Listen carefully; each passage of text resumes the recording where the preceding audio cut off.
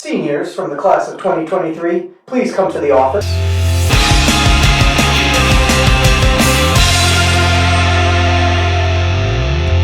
And now, another episode of Senioritis. All right.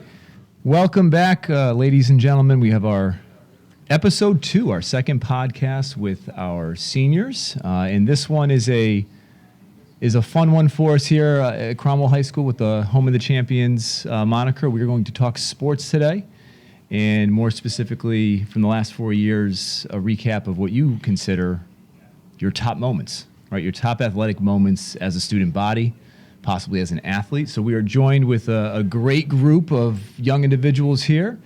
We have Ben Fagan, Jack Wise, Jack Corona, Mason Slifer, and Cole Brisson, our quarterback. So we have a little bit of everything. We have a golfer out here. We have some football players. We have a basketball player. We got a little bit of everything. Lacrosse. Yeah, a couple lacrosse stars. A former basketball player, too. Former basketball player, too, yeah. Freshman year. I'm more of a sports fan, more of a cheerleader. Mob leader, though. Yeah. There you go. Professional sports watcher. So I think today, I'm going to kick it off. Who wants to start it off today? Just reflecting on your 4 years and what you feel is one of those top moments that you had athletically. All right, so this is Mason, mob leader. I think we got to start off with someone on the podcast. Not many of us were there for this moment, but sophomore year, this is the only moment from freshman or sophomore year. Jack Wise sunk a deep putt to tie and win the state championship. So Jack Wise, talk us through what you were feeling in that moment. Yeah, absolutely. So going into the hole, hole 9 at Stanley started on 10, so we're playing the front on the way in. So we're finishing on 9. It's a par 5, short par 5, where my drive manages to find the fairway, as it usually does. That's usually one thing of my game that I can count on. Thankfully, everything else was working that day. And as I'm walking up to my second shot, I'm thinking to myself, I have a chance at this thing. I was having a good day. And it was really kind of a unfamiliar position for me, but I didn't feel too nervous or anything like that. So I get up to my shot. It's a 7-iron in, which I had at the beginning of the day. I had a 7-iron that I put to about 18 inches. So I was just trying to replicate that shot. And I put it to probably 30 feet, pulled it a little bit, and then hitting the putt, it felt good off the face, and it tracked in. I ended up walking it in, and the score managed to hold. So it was a great way to start off my athletic career, not having a freshman year. So it was your 10th grade season. Yeah. Mm-hmm. Shoreline championship or state championship? State championship. That's right. State championship. My gosh, that seems like a century ago. It was. Not in a bad way, but just so much has was. happened since, yeah. Wow. That's a good one. Yeah, think about that. I played golf sophomore year. That's how far we've come. Yeah. It's true. Yeah. That's true. And I think it speaks too, like, what you said, Mason, is that golf, doesn't get a lot of love, right? There's no real fans on the course, I think they're kind of looked down on right now. Absolutely. I feel like a lot of people don't know we have a golf team. I We're disagree. 9-3 right now, ladies and gentlemen. I think golf is the best spring sport. They've proven that. Jack Wise, Dylan Rozick. They got 2 Ryan elite Rosick, players. Jacob Salafia. I left them out for a reason. I got think 2 elite players. Jay Vaughn is a big part of that. Max golf Slayton. team. It's a good team. Yes. But it does speak to and I'm assuming this is where today's episode will probably go, where maybe a lot of your memories too will be based on environment. Yes. Right? And golf doesn't lend itself to that type of environment. Jacob Salafia is looking at us. I think he was snubbed. No, he wasn't. He wasn't? Absolutely. No, We named him. I said He's Jacob good. Salafia. All right, so next, what else we got? That's a good start. All right, so I Pre-pandemic. think this one might compete for the top. It's not an actual in-the-game moment, but I think we got to go with the parting of the Red Sea at the Shoreline Championship this year. Electric. In the Red River rivalry, we lost to Portland in the regular season. We, as a student section, the mob, I think we got the best one in the state. We knew we had to put something together. So during the week, we made this post. We're like, we're gonna try this Red Sea thing. I think as a group, we were like, I don't know, this could be a flop. This could be really good. So we had our leader, Mason Slifer, in the Moses gear, showed up to the game. And, we had a good showing and we did it. And I think it brought the energy to that game. and we ended up coming out with the win. And I think it was a huge moment in our careers and in our like as fans. I remember. I think Game Time CT came out with like the top student sections in the state.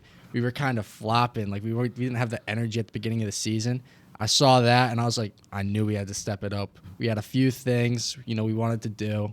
We had like the special blackouts with the wife beaters and the ski masks. I think the partying in the Red Sea was a bit better than I think Nate Schmidt did it. I think we had more energy. My hero. We brought it away too. Like a 40-minute drive. Yep. Yeah, although I was Moses, it was really a full team effort because I could have gotten there and no one could have cheered or no one could have done what they were supposed to do, but everyone stayed in line and it turned out really good. And, even though the game started out flat with some unfortunate events, we all knew that we were able to pull it away at the end. Mm-hmm. And I think we're just going to stay on that game and go to another great moment. Yeah, I'm that not happened. sure. Tell us about it. Fair to say that game started out flat. I'll throw this one over to Jack Corona over here. No, well, to speak on what you guys said, it was definitely flat. And, I think we all know what moment we want to talk about. I don't want to get into the specifics of that moment. Enlighten the viewers, but they weren't there. basically, for those of you who didn't see it, I was going for a rebound. Someone beat me to the spot. I got two hands on the ball. I was like, we need an energy play. Exactly. I was like, I need to come away with this ball because if we don't, it shows that they can just push us over and be more physical. And that's not the type of player I am. And, as someone who comes off the bench, who provides energy every night, I have to be physical, and I have to set the tone for the rest of our team. So my mentality was just not to lose that ball. And he tries to rip it away. I held on to it. We both kind of fall to the floor. It's a hard play. Yeah. It's a hard play. And, yeah. the ref saw something that, I didn't try to do intentionally. And, you can't blame him for that. The ref has to keep with the game. Absolutely. He's got to keep it in check. Ended up being a big energy moment Exactly. though for the crowd. It was a key moment in the game. Absolutely. It fired the In the crowd game, right up. Speaking of ejections, I just want to add my special moment at Valley. No. No? We're not going there. right, I'm cutting you off, Fagan. I'm cutting you off. All right. No, if we're not letting him talk, then let's we'll keep go. it. Let's keep it with. Yeah, we'll keep Let's it stay on moving. that same game. moments We'll here. go to the Come on last now. moment we have from this game. We were on a big run. We're down, going into halftime. Roney got ejected. It was all looking bad. Shout out to T-Dan, keeping us in the game, bunch of buckets. And then Vic was in foul trouble. He comes back, takes the ball, top left, drives down the lane, and just throws down a monster jam. Takes off in from the the video. free throw Even line. Mr. Kuckle got like 3 feet of airtime, jumping for how excited he was. It was a monster play. The crowd was hype, got everything going, and from that moment on, we knew we weren't losing the rest of the year. I the just rest of the year. I just want to say I play. couldn't see the play from inside the locker room, but based on the crowd's reaction, I was like, yeah, we're winning this game. Yeah, that was a crazy play. That was crazy. 3 feet of air. That's generous, Slight, for that. That was more like 3 inches, but that's all right. Next one. What do we have? A lot of Shoreline Conference basketball love here. I think we'll go to the football season. I think we're going to go to that Valley game, undefeated versus undefeated. I think 6-0 versus 5-0. Probably the biggest game of the year for both teams. And it's an absolute barn burner down to the last play of the game, 2-point conversion, 28-27 Cromwell Portland. And Valley's quarterback runs it off to the right, then comes all the way back left. It looks like he's going to the end zone. David Weston comes streaking behind him, stops him. He has to make a heroic play, but he gets batted down by Spida, Johnny Beltray. 23 Island. Beltray. And then that we end up winning the game. So I thought that was probably the biggest moment of the year for the football team. Yeah, I would say that's probably singular moment, the top one that I've seen here. We won a lot of football games while I was here, but that singular moment, nothing beat that. The crowd, everyone was down. They had scored the last touchdown, went on a crazy 2-minute drill drive. And for Johnny Beltray to just come in and make that play, as he said, it was exhilarating. At that point, everyone lost their minds in the crowd. Everyone lost their minds on the field. And plus, it was senior night. So it was just a big moment, big play. And I would say that was the top moment of my 4 years. No kidding. Yeah. I mean, it was a good crowd that night. Very big crowd. Valley, we have that natural rivalry with for football and other sports, but primarily football. And I think with football too, I don't know, Ben and Cole, you can probably speak to this more. A lot of your games last year or 2 years ago than last year, like you had a lot of blowout wins. Yeah. Which were great to see. And to have a game like that. Yeah, I feel like That the was different. closer games are more fun. You're more like invested in it. Yeah, it's true. That's true. All right, next, what else we have? Those are, it's a solid start. We'll just stick with football for the moment. First playoff game against Ledyard, we were the number 1 seed. Things weren't looking so bright in the beginning, but we turn around, and then I believe this wasn't the touchdown to take the lead, but I believe we had just taken the lead, forced the fumble, and gotten the ball back. Everyone thought we were just going to keep running the ball, and clock was going to wind out. Cole Brisson does the read option, takes it to the outside, and just beats everyone to the corner. That was electric because the whole crowd knew at that moment we were not going to lose. The offense was clicking. And the playoff games they draw big crowds from both students and just townspeople who want to come. And so everyone was excited. If people thought we were going to lose that game, it was at that point that they knew that it was over. That was a good one. No, in terms of basketball, though, what about the state championship? Is that one that just doesn't... The state championship... what doesn't stick out about that? It was very exciting, but I would say the 2 Shoreline championships were exciting because it's just the rivalry and the kids and you play against them, where obviously winning the state championship is the ultimate goal for any athlete playing. But as a fan who just watches, the rivalry kind of makes the game more special, and it just means more to beat a rival or kids you know. I also think the lack of a specific moment in that state championship game is kind of why we haven't talked about it. Good point. I just want to bring in football, that Ansonia game, our junior year, so 2021. I think we went in there kind of like underdogs, they really haven't. They've been there before, and coming off that 2-8 season, our freshman year, no season sophomore year, we kind of had to prove ourselves. Mm-hmm. I think what was the score, Cole? What was the final score of that game? 46-7. Yeah, it was something crazy. Yeah. They haven't been beaten that bad in decades. Yeah. I think that's kind of when we knew, we can kind of go into the state chip. We can win it all. Yeah. And I would agree with you on that. I think of that state championship run for me, the Bloomfield game was fun because it's state championship, right? You win it, Yeah. But that Ansonia game just spoke volumes to where you had come as a school, as a team. Yeah. To be able to play that team that way and be that dominant. That was impressive. That was. What about I'm not hearing anything in terms of, it's football, basketball heavy. No thoughts on... Yeah, we'll give some love to some other sports right now. Hockey, softball, other things that we've won. Yeah, anything stand out there? Our junior year, the softball state championship was very exciting. It was a pitcher's duel. And so it was just exciting to... that was the third one that we had won that year, so it was just exciting for everything to be really brought full circle. School is almost over, so for us to win, it was great. And then the hockey obviously the hockey state championship was great, but we played Rocky Hill in the semifinals this year. Due to the CIEC scheduling all our games at the same time, we weren't able to go. But getting the notification that Harry Ranger put in the goal to put us up and for his 100th point, getting that notification, it was exhilarating as well. Yeah, I remember our little group chat. We were just like let's go. We're actually going to the state chip. We were all just hyped for Harry. We were hyped for the entire team. Mm-hmm. So there you have it. Any other additions in terms of for you guys, for your group, what your big memories are athletically speaking? We'll throw soccer some love too. Athletically, the lacrosse team, we're trying. We don't have that many great moments though. I love to watch sports. I love to watch and support my friends. I think you guys are on the verge of a couple more wins. I think you guys are right there. Could qualify for the states. We are 2 wins away from states, but the soccer team made it to the semis this year. It's snowing. The other team put in the first goal, and although we lost the game, when Jacob scored the first goal and the snow's coming down, it was just a special moment. I don't think anyone there will forget it just because of the circumstances and where we were at, and it was great. Jacob, thank you. He's provided many great moments for us in soccer and basketball. Yeah, I think definitely that was one of the coolest environments, especially with it being snowing, and it was just I don't necessarily get to watch a lot of soccer games just because of my schedule, but going to that game, driving down that far, and then having it snow, it was one of the coolest things I've experienced. Yeah. And I do have to remind the viewers too, right? You are, as a senior group, you're athletic. The pool of memories you can pull from is small. Yeah. Right? I mean, you lost, if you're a spring athlete, your freshman year, you lost spring entirely.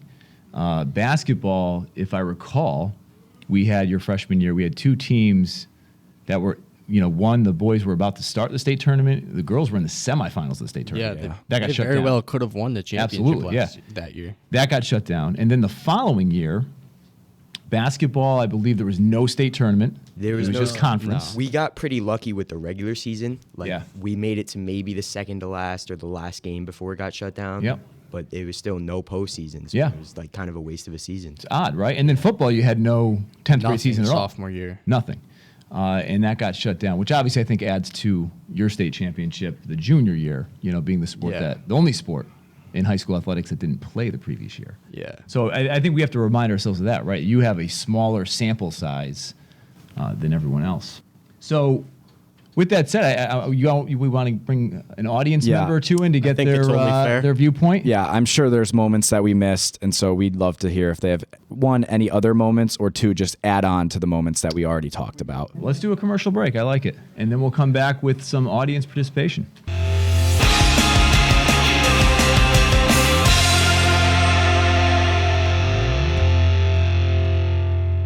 Hey Dylan, how are you? Hi, Miss Williams. I'm good. How are you? Good. How was your track meet yesterday? What did you run? Pretty good. I ran the mile and the 800, and the mile I got a 4:43, so I'm pretty happy about that. Congratulations. That's an awesome time.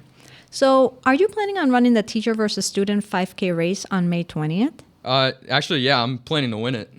Well, I think I should see you there because I've won it before. Yeah, well, I'll see you there. We'll see how that goes. All right. See you on May 20th at CHS. Who are you going to challenge in this year's Teacher versus Student 5K? Cromwell Cross Country is hosting their annual race, and you can get registered now at cromwellcrosscountry.com. All of the proceeds from this event benefit Cromwell Cross Country, so come out and support our team by registering for this great event. I challenge you to get registered now.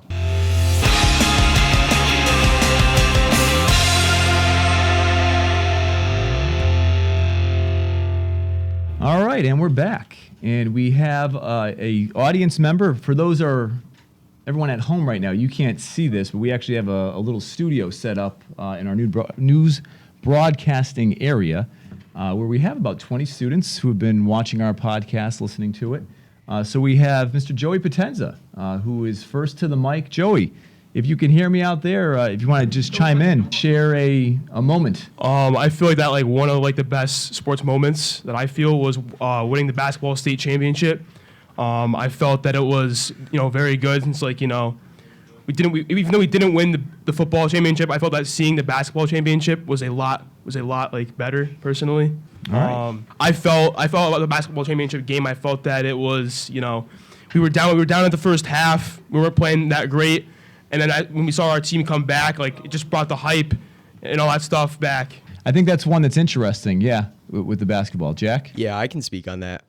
It was after last year, we made a promise to the seniors who came before us, and we ultimately came up short in the semifinals. But after that game, I remember being in the locker room, and we said to the seniors from last year, we were like, we're going to get back here, and we're going to win it for you guys. So walking into Mohegan, it was, there was a lot of pressure on us because we wanted to win that game. But we were so glad we were there and so thankful that we made it there. And walking into that arena, it was just the best feeling in the world. Yeah. It was one of the most special places I've ever played. And it's interesting. You bring up a good point. I think football, you can apply the same thing. For that basketball state championship, that was like a 2-year journey. Yeah, pretty right? much. You lost to Granby in the semis at New Britain High School. Yep. Devastating loss. And then you made that goal and you got back. Football, same thing in the sense that you lost an entire season. Yeah. Right? And you'd been working, training. So similar arcs, I would say, in that Definitely. sense. And we have another audience member, a former podcaster himself, Logan. All right. I want to make a shout out to the cheers team this year. We got second in states. They've also developed a lot of all-state players throughout the years, and I think they deserve some love this year. Absolutely, Logan. Thank you. And I think again, it speaks to, if I were to ask you guys as a group, which sports environment at the high school is your favorite sports environment? I think it speaks to where other teams maybe were in terms of memories are impacted, right? Like, so what environment to you is the one where you're like, yep, that's our number one sports environment we have at the high school? I would say basketball, just because it's enclosed and everyone's so close and everyone like really comes out and cares, especially because our basketball, well, really all our teams here, but especially our basketball teams for so long have been so good that people care and they come and they show out and they show support. Whereas other sports, you know, people show up, but they'll talk. They're not really paying attention. Basketball, everyone is there to watch basketball, and everyone cheers, everyone participates. So it's really great to see the participation from the whole school community and the whole town about the support for our sports teams, specifically basketball. I feel like if you're going to the basketball game, like, you gotta be there, like, locked in. You gotta follow what the student section says, what the leader says, or else you should not be there. That's kind of our criteria here at Cromwell. You gotta like listen to the mob leaders, kind of listen to the upperclassmen. Sometimes you just gotta go there and just be with the crowd. Yeah, as much as the basketball players prepare for the games, way more than any of the fans. Every time there was a basketball game, it was like, all right, we have to get ready. We need to be on our A game, because the crowd really does play an impact. And I think that the players can agree that, like Shoreline Championship, in the Mohegan game, in the semifinal game, they feed off energy, and we just try to provide it for them. Yeah, no, you guys travel, the mob, they travel really well, but our home games are just special. Like, we get such a boost off it, and it gives us so much energy that we don't want to lose at home. Our goal for the year, every season, not to lose at home. So it really helps having the mob there and everyone come support. That makes sense. I think as a group, I don't think, you know, there'll be too much disagreement in terms of the things that stick out to you, right? I think probably a lot of our students would think the same way. You know, I think last year was definitely a unique year, right, where you had the football state championship, you had hockey, and then softball to finish it up, our first ever softball one. But then I also think that you bring up good points in terms of, you know, our best environment, you know, football being a close second. And this will probably be our last day we have an audience in here due to how loud and raucous they are out there. They can't control themselves. They're kind of being like the mob right now. They are being like the mob. Channeling their inner mob. They're doing something like that. You can take the mob out of the gym, but you can't take... I don't know where I'm going with that. There was something there. There was something there. I apologize. Yeah. They got fired up hearing us talk about student sections. It's been a while since the mob's gotten together. It's true. Okay. So I think any last words from this group here about our favorite sports memories that we have here at the high school? I think I'll touch on one more. I think we forgot it. Talking about like the basketball, the mob. I think quarterfinal game this year against Wyndham. That was the game Absolutely. Where they had us losing. All the articles had us losing that game. Defending state champ Wyndham, and you know, I think it was a close game, back and forth. And Jack Corona, you know, fellow podcaster right here, had a buzzer-beating three. He gets annihilated after he hits the shot. I don't know how that wasn't a foul. The parents are going right. nuts, Yep. and everyone goes crazy. I see John Pannone. He's fired up. I don't think I've seen him fired It's up. a rare sight. Yeah, I've been going to the games out. for Yep. 12 years now. I don't know if I've seen Pannone as happy as he was when Corona banged the corner three. And we were already up a bunch, so it just kind of added to it. I think I've seen the most emotion out of Coach Pannone this year than I think any other class has seen. Yeah, how about that? That was for all of your home games. Yeah, the Wyndham game, it was packed, and it was a very loud crowd. And again, you know, we had the success problem this year where that game was the same time as hockey. I believe was in the semifinals down at Quinnipiac. 'Cause I went to that game, and then I stopped at the Wyndham game on the way home. And the girls Right, had, and then girls were away as well. So we weren't even At there Morgan. for that. Yeah. Yeah, I saw the video of Roney hitting the three. Yeah. So like that's, you know, part of the problem that you have sometimes, right, when you're successful is that you compete against each other for that time. You know, unfortunately, hockey was a victim of that this year a little bit, as was girls basketball, where if we had a home contest here, you pull from a different group. So overall, you know, thank you, gentlemen, for coming on here today. Thank you for How you having us. feeling? You like the podcast concept? Yeah, great. Yeah, thank you. I think we'd love to come back and maybe talk about a different topic at some time. We should. Yeah. We have Can't these wait. scheduled the rest of the year. Awesome. Got to figure it out. So thank you all. And for our listeners, thank you for joining us today. We hope this inspires some healthy debate and conversation about sports here at Cromwell High School. Go Panthers.